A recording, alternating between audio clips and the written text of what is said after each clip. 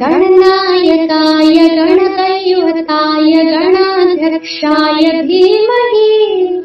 गुणशरीराय गुणमण्डिताय गुणेशानाय धीमहि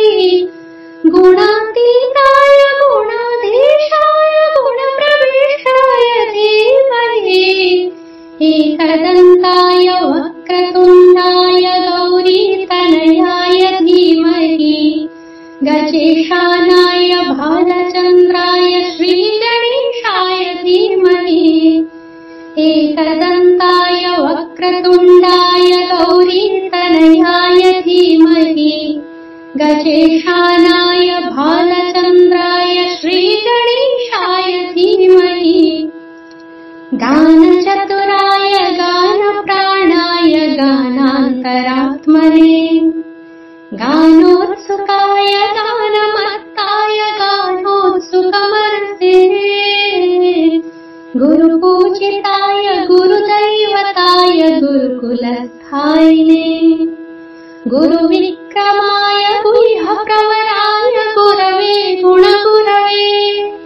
गुरुदैत्यदलक्षेत्रे गुरुधर्मसदाराधाय गुरुपुत्रपरित्रात्रे गुरुपाखण्डखण्डकाय गीतसाराय गीततत्त्वाय गीतगोत्राय धीमहि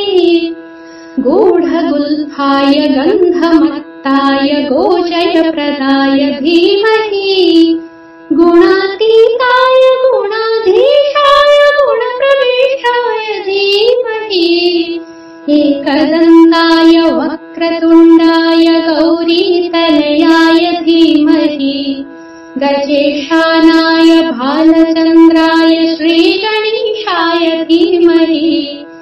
एकदन्ताय वक्रतुण्डाय गौरीतनयाय धीमहि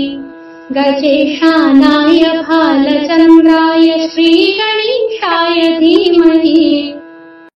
ग्रन्थगीताय ग्रन्थगेयाय ग्रन्थान्तरात्मने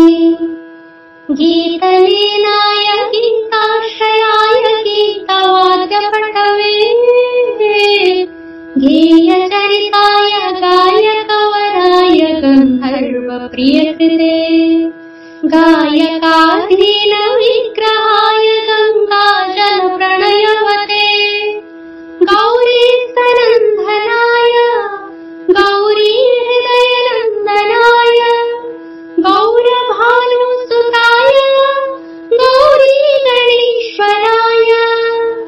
गौरीप्रणयाय गौरीप्रवणाय गौरभावाय धीमहि गोसहस्राय गोवर्धनाय गोपगोपाय धीमहि गुणातीताय गुणाधीशाय गुणप्रविष्टाय धीमहि एकदन्ताय वक्रतुण्डाय गौरीतनयाय धीमहि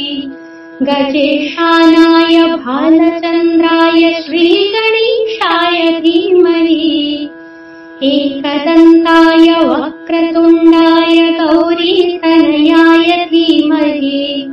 गजेशानाय भालचन्द्राय श्रीगणेशाय धीमहि